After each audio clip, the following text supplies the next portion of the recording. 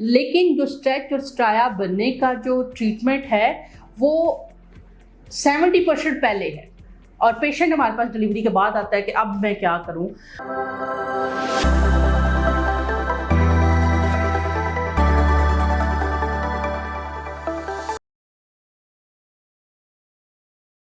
जी अस्सलाम वालेकुम, मैं हूं डॉक्टर नाइला, कंसल्टेंट गायनेकोलॉजिस्ट और इनफर्टिलिटी स्पेशलिस्ट गायनी सोल्यूशन के फोरम से। आज हमने एक बहुत इंपॉर्टेंट टॉपिक पर बात करनी है कि प्रेगनेंसी के दौरान या प्रेगनेंसी के बाद या डिलीवरी के बाद जो पेट के ऊपर या जिस्म के ऊपर स्ट्रेच मार्क्स और स्ट्राया बन जाते हैं या वो जो निशान बन जाते हैं जिसको बहुत सारे लोग एसोसिएट करते हैं कि प्रेगनेंसी में खारिश करने से बनते हैं, उनको किस तरह से बनने से रोका जा सकता है या क्या ये कम्प्लीटली बनना बंद हो सकते हैं और क्या किया जाए, क्योंकि ये पेशेंट को अक्सर उस वक्त याद आती है जब उनकी डिलीवरी हो जाती है, जब वो बन रहे होते हैं तब तक किसी को याद नहीं होता। तो आज हम इसके ऊपर बात करेंगे। आप में से जो कोई मेरी अपॉइंटमेंट लेना चाहता है क्लिनिक की, वो मेरे स्क्रीन के ऊपर नंबर आ रहा है, इसके ऊपर मेरा PA आपको क्लिनिक या ऑनलाइन अपॉइंटमेंट देगा। तो जो प्रेगनेंसी के अंदर या प्रेगनेंसी के बाद जो स्ट्रेच मार्क और स्ट्राया बनते हैं, इसका ताल्लुक डिलीवरी के साथ या खारिश के साथ बिल्कुल नहीं है।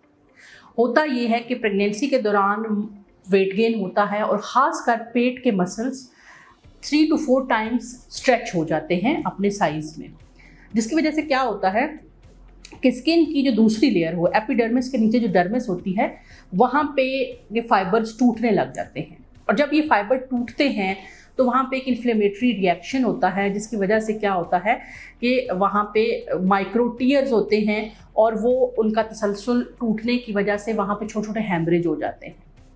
और ये जो पेट बढ़ता जाता है, स्किन खिंचती जाती है, तो स्किन की जैसे ही इलास्टिसिटी ख़त्म होती है तो ये फाइबर टूटने के बाद स्ट्राया की शक्ल इख्तियार कर लेते हैं, जो डिलीवरी के बाद जैसे ही बच्चा चूँकि पेट से निकलता है तो स्किन जब इकट्ठी होती है तब आपको नज़र आने लग जाते हैं, हालांकि ये बन पहले से रहे होते हैं।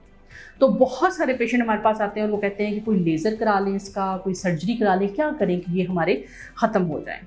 तो यहाँ पे ये मैं बात बताना चाहूँगी कि इसका इलाज उसी वक़्त शुरू करना है जब ये बन रहे होते हैं, यानी जब आप प्रेग्नेंट हो तो आप coconut oil, coconut butter, even extra virgin olive oil या कोई सिंपल जो आपके पास लोशन वगैरह होते हैं, उसका एक्सेसिवली स्किन की लेयर को मसाज करें 2 टाइम, सुबह और शाम।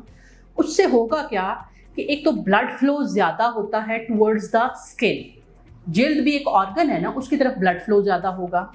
जब ब्लड फ्लो ज़्यादा होता है तो जिल्द की इलास्टिसिटी 2 से 3 गुना बढ़ जाती है और जो स्किन स्ट्रेच हो रही है, आप साथ साथ मॉइस्चराइज़र की मदद से, मसाज की मदद से अपनी स्किन की इलास्टिसिटी भी बढ़ा रहे हैं। तो 60 to 70% कम चांस है कि फाइबर टीयर होंगे। 30% टीयर फिर भी होते हैं जिनको के बाद में हम सेटल डाउन कर सकते हैं।